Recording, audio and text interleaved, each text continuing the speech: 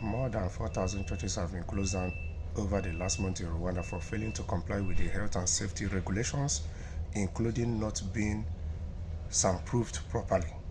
It has affected mostly small Pentecostal churches and a few mosques.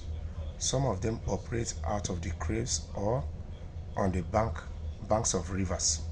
This is not being done to prevent people from praying but to ensure the safety and tranquility of worshippers, Minister of Local Government Jean-Claude told state media. It is the first major crackdown since a law came in 5 years ago to regulate proliferation of places of worship. It requires them to operate in an organized way and in safe environment, as well as outlaying their use of loud public address systems. The legislation also compels all preachers to have theological training before opening a church.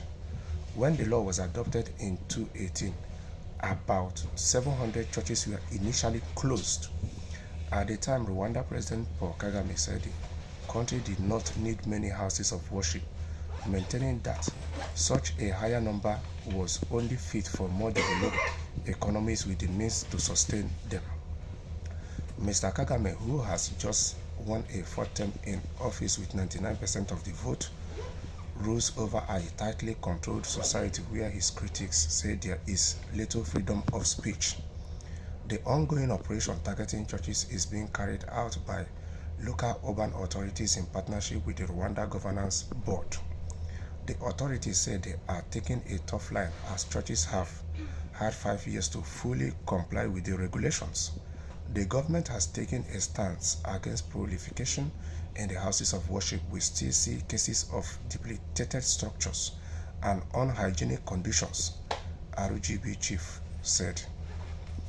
Some of the churches that have been shut down operated in tents, exposing worshippers to risks, Mr.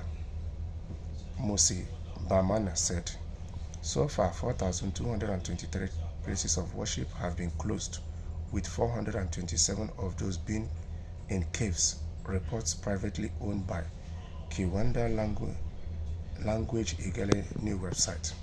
The vast majority of Rwandans are Christians, but many also follow traditional practices. Pentecostal churches, often run by charismatic preachers claiming to be able to perform miracles, have grown rapidly in many parts of Africa in recent years. Some are massive, attracting thousands of worshippers each Sunday, but others are tiny structures built without planning permission. You see, this thing that Rwanda is doing is needed in most of African countries. Yes, in most of African countries, the governments there need to regulate these churches.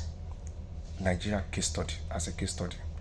In some Nigerian streets, you will see that in a street where people live, you will see that there are 10 churches, and these 10 churches are having weekly services, and these 10 churches in one street are having Sunday services.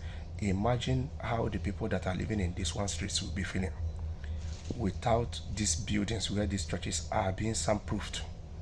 Imagine the noise pollution.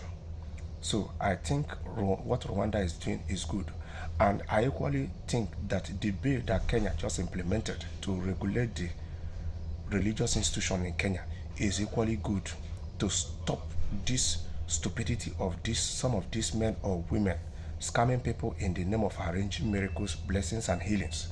Enough is enough. Yes.